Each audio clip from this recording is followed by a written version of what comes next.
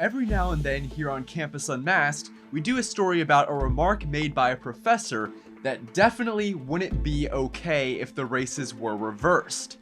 Today's one of those days, as a black New York professor recently wrote an op-ed entitled "Seeing Poor White People Makes Me Happy."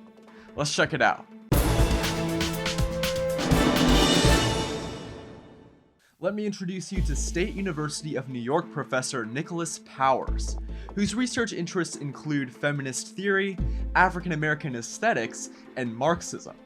Nicholas recently wrote an article for a publication that is legit, I'm not joking. The publication is called Race Baiter. His article was called "Seeing Poor White People Makes Me Happy," and begins with a professor seeing a homeless white boy and wondering, should I kick him in the face? Hard? No, chill, he's not worth it. But why is this white boy begging for money in a black neighborhood? Is he stupid?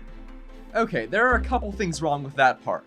One, why is it an issue if whites are begging in a primarily black neighborhood? Aren't progressives supposed to be against segregation? And two, more importantly, why is a college professor fantasizing about beating up a kid? Nicholas continues saying, white people begging us for food feels like justice.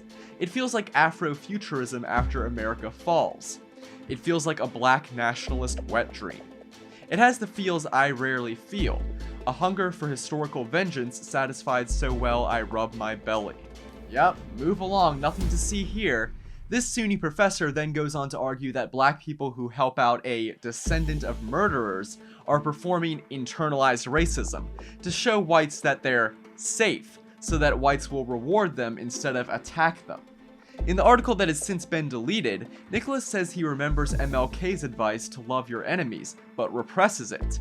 I want to snatch his food and say, go beg in a white neighborhood, and eat it, and rub my belly, and laugh. I smile.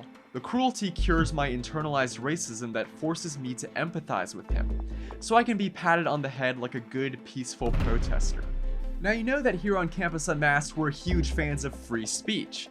But it's not really free speech if it's not equal, and I'm pretty sure a white professor who said this about a black kid would get the pink slip.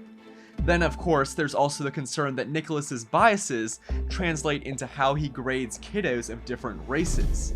I know I wouldn't feel too comfy in that classroom. For Campus Unmasked, I'm Rob Shimshock. If you like this video and support our mission, please make sure to comment and subscribe. If something happens on your campus and you'd like us to investigate, send us details using the form on campusunmasked.com.